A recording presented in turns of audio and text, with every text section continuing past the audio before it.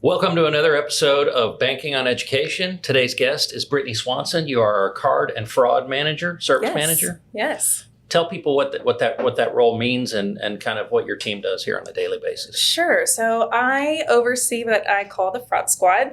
And you guys have matching shirts, don't you? We do. We got matching shirts last Christmas that we like to wear periodically just to rep our department.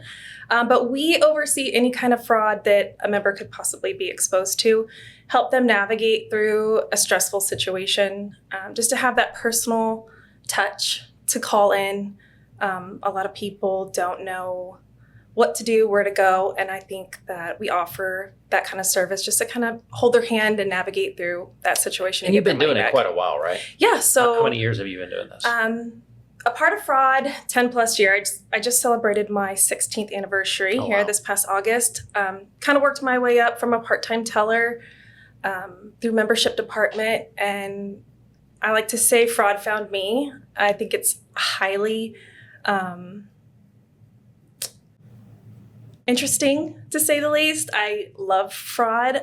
But what I think I love most about it is if our members fall victim to a scam, or they go through a fraud situation, I like to find out how did it happen and then put, measures in place to prevent other members from experiencing that same situation. So flip it really. Yeah, and the big part of what we're trying to do is prevent fraud or prevent the member from. How much money have we saved members this year? I know I saw it recently. Yeah, I just sent out that report today. I think we're over $600,000 that we have been able to save and put back the money into our members' pockets. That's great. I mean, think about how I think that's a lot of money. Yeah, for sure. And let's talk about some of the common scams we're seeing lately, because they tend to change and go in kind of waves, right? Yep. So what are the most common ones you're seeing right now? For sure, the spoofing of our own phone number and our own text fraud alerts that we'll send out for debit card or credit card transactions.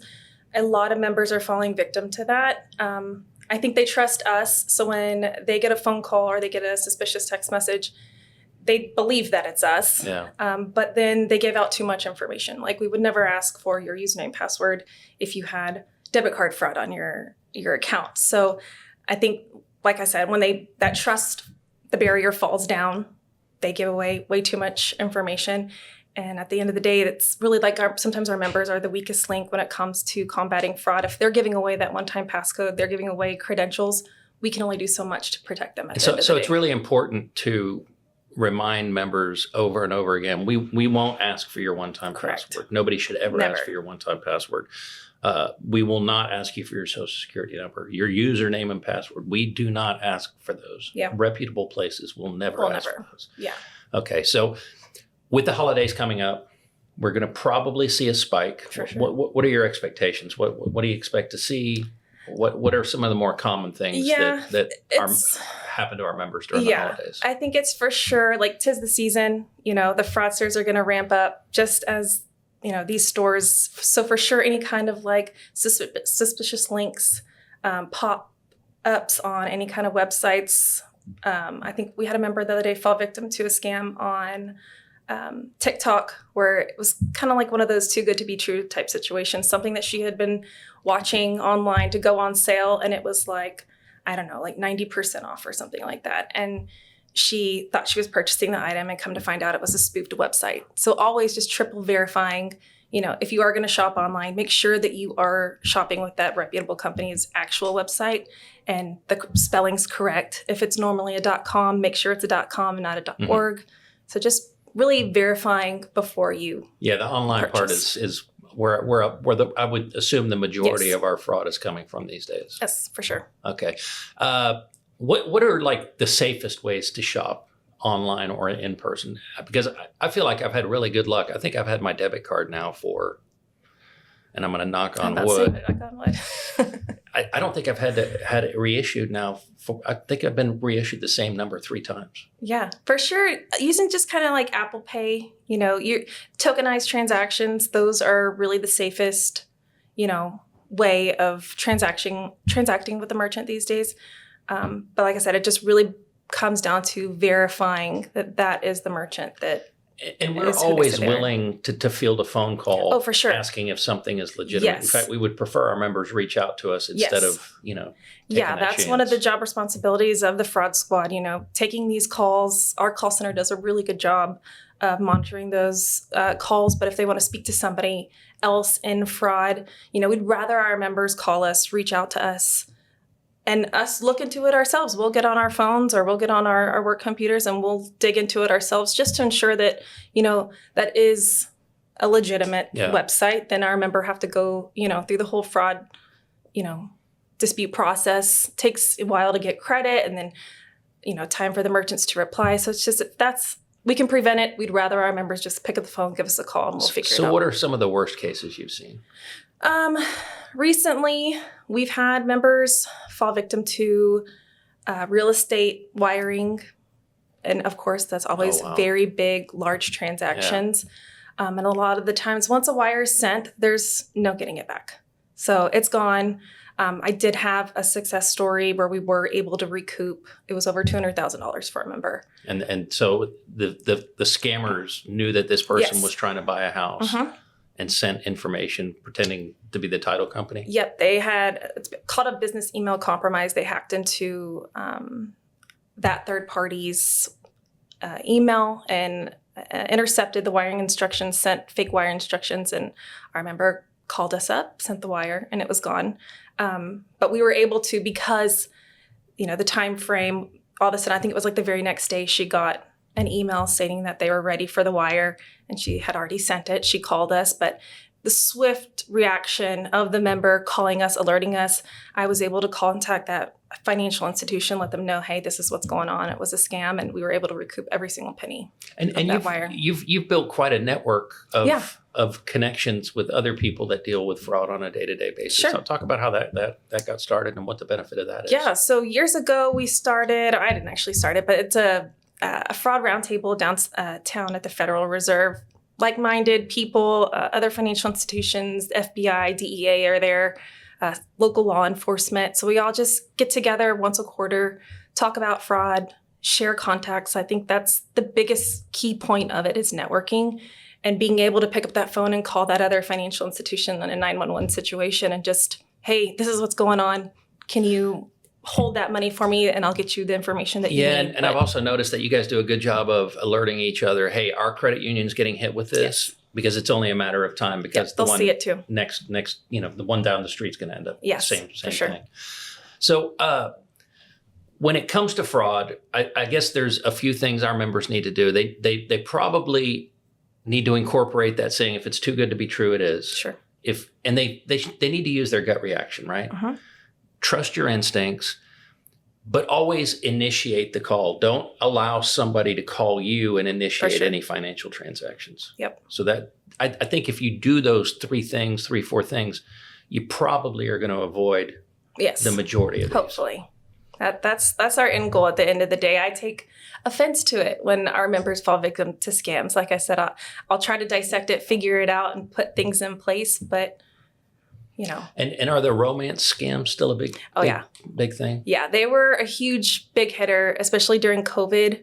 Think about it. We were all just locked up and the fraudsters were definitely in that scene. I had members as young as 13, 14, 15 years old fall victim to a romance scam all the way up to a woman in her 80s. So there's no age discrimination when it comes to that. And that is also another big hitter of huge funds. I've had, same member, almost 85, just completely deplete her whole entire TRS, what she had left in that account. So it's pretty sad, but these fraudsters prey on that and they know that they can get people to fall victim to that.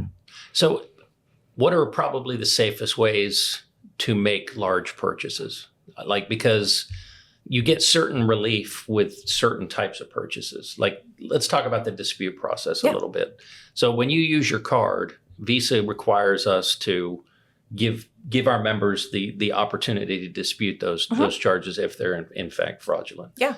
Talk about that experience and kind of walk a member through what they should expect if they do find a fraudulent charge on their debit or credit card. What's that going to look like when they call us? Yeah. So we have a regulation that we are put under, Reg E, where we have to give members provisional credit within 10 business days. I kind of, when I took over the department 2 years ago, my expectations were I wanted it same day credited, if not no more than 2 business days. Think about, if you live paycheck to paycheck, you go through a fraud situation, you don't have the resources to dip into a savings if you don't have anything. Mm-hmm. So getting that member back their money as soon as possible is number one priority for me. We submit chargebacks and disputes through our card processor every day. That is a lengthy process. So we at least front you the money while we are doing our first and foremost internal investigation to try and see what we can find out. And if we can't find out anything, we submit that to our card processor. But then that's when it can take quite a while. It's going to take up to 60, sometimes 90 days before we even hear anything back. And to be honest, what is our biggest hard hitter is first party fraud and members either not recognizing it, not remembering, buyer's remorse. That is a big deal. But we get back documentation, pages and pages and pages, basically proving that it was our member, or, if it obviously wasn't our member, we win a chargeback and they get to keep the credit and it's permanent and it debits the merchant at the end of the day. If fraudsters have your card information, they're not going to do one transaction. So if there's one transaction you don't recognize, chances are it's something you did. Yeah. And I guess our call center can kind of work through and maybe do a little research to find out, who it actually was as far as the transaction.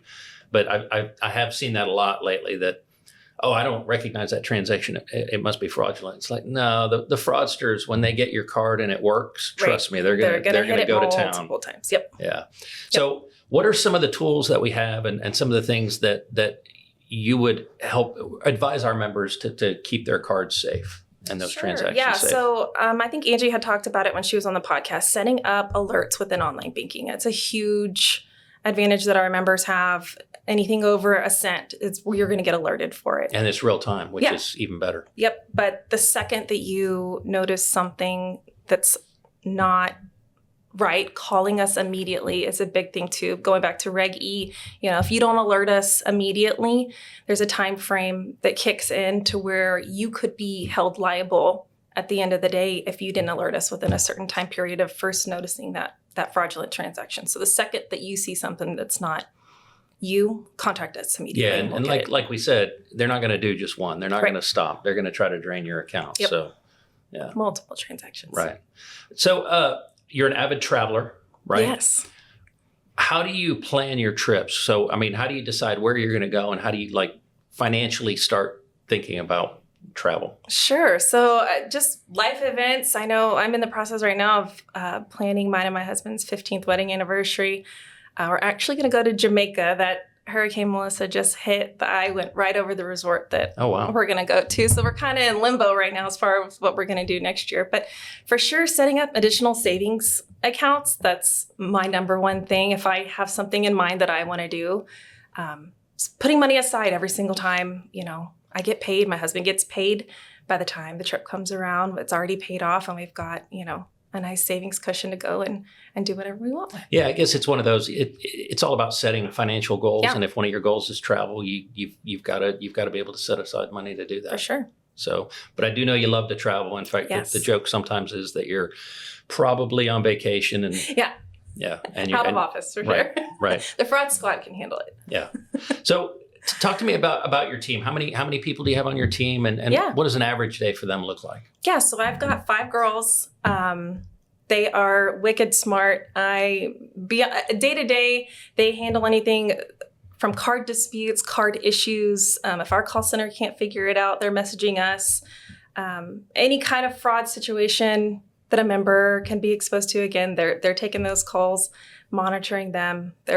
They're really smart, and I think that's half the problem is getting people in a department who actually have a passion for what they're doing. And every single one of them, they've got the fraud, the bug, same that I did, that I got bit with several years ago. Fraud found me, and fraud found them, and that's all that I can really ask for at the end of the day.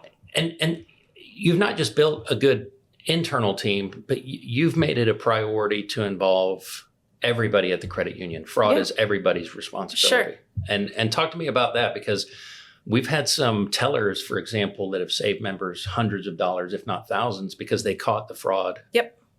in their interaction? For sure. So every new hire that we have, they sit in through a fraud training with me.